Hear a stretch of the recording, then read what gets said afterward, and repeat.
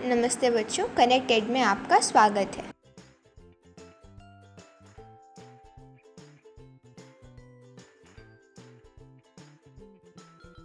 आइए कमरे के फर्श का उसकी भुजाओं के अनुदिश एक बार चलकर चक्कर लगाएं। ऐसे करने में आपने जो दूरी तय की है वह फर्श का परिमाप है। कमरे के फर्श का परिमाप या माप साइज उसका क्षेत्रफल होता है। लंबाई या चौड़ाई मापने का मात्रक यूनिट मीटर या सेंटीमीटर इत्यादि लिया जाता है। परिमाप ये किसी भी बंद आकार की बाहरी सीमा है। परिमाप ज्ञात करने के लिए हमें दी गई आकृति की सभी भुजाओं को जोड़ना होगा। आयत का परिमाप, एक आयत का परिमाप उसकी सभी भुजाओं का योग होता है। इसकी इकाई इसकी लंबाई के बराबर है।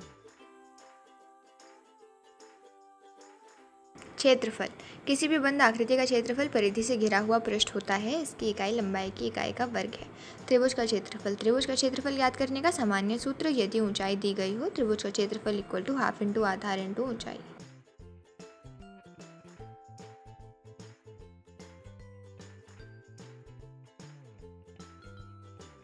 एक समकोण त्रिभुज का क्षेत्रफल, यदि त्रिभुज एक समकोण त्रिभुज हो तो हम समकोण को अंतर्विष्ट करने वाली भुजाओं को आधार और ऊंचाई लेकर सूत्र का सीधा प्रयोग करके क्षेत्रफल ज्ञात कर सकते हैं। सरल शब्दों में कहें तो यदि हमें एक समकोण त्रिभुज का क्षेत्रफल ज्ञात करना है तो हम समकोण वाली दो भुजाओं को आधार मानकर और एक ऊंचाई के रूप में लेकर उपरोक्त सूत्र का सीधे उपयोग कर सकते हैं। उदाहरणार्थ मान लीजिए कि एक समकोण त्रिभुज ABC की भुजाएं क्रमशः 5, 12 और 13 सेंटीमीटर हैं, तो हम आधार 12 सेंटीमीटर और ऊंचाई 5 सेंटीमीटर लेते हैं। अब त्रिभुज का क्षेत्रफल निम्न होगा।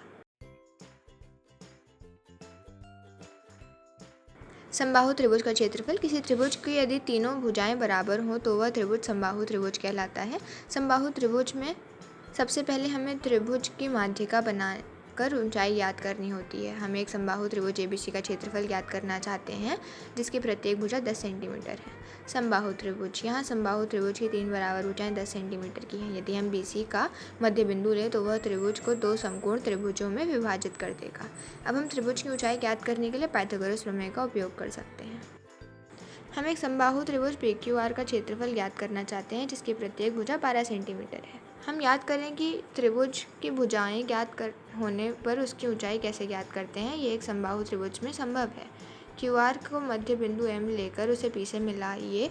हम जानते हैं कि PMQ एक समकोण त्रिभुज है, अतः पाइथागोरस प्रमेय को प्रयोग करके हम लंबाई PM नीचे दर्शाए अनुसार ज्ञात कर सकते हैं।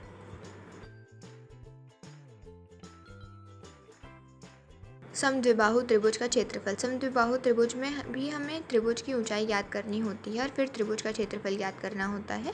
चलिए देखते हैं कि इस सूत्र का प्रयोग करके एक समद्विबाहु त्रिभुज का क्षेत्रफल किस प्रकार परिकलित किया जा सकता है। उदाहरणार्थ हम एक त्रिभुज XYZ लेते हैं जिसकी दोनों बराबर भुजाओं XY और YXZ में से प्रत्येक भुजा 5 सेंटीमीटर है तथा वह भुजा जो बराबर नहीं है अर्थात YZ 8 सेंटीमीटर लंबाई की है। हम X से भुजा YZ पर लंब XP खींचते हैं। आप देख सकते हैं कि ये लंब XP त्रिभुज के आधार YZ को दो बराबर भागों में विभाजित करता है। RHS सर्वांग सम प्रतिबंध, YP equal to PZ equal to half YZ equal to 4 centimetre Pythagoras प्रमेय के प्रयोग द्वारा हमें प्राप्त होगा।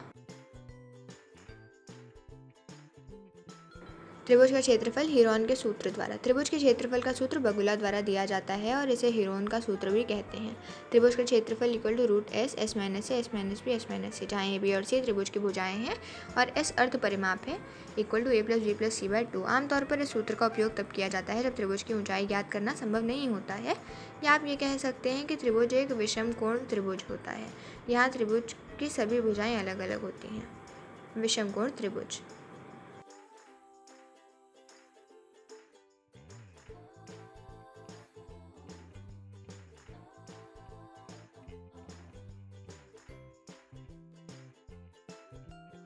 इस अध्याय में आपने निम्नलिखित बिंदुओं का अध्ययन किया है।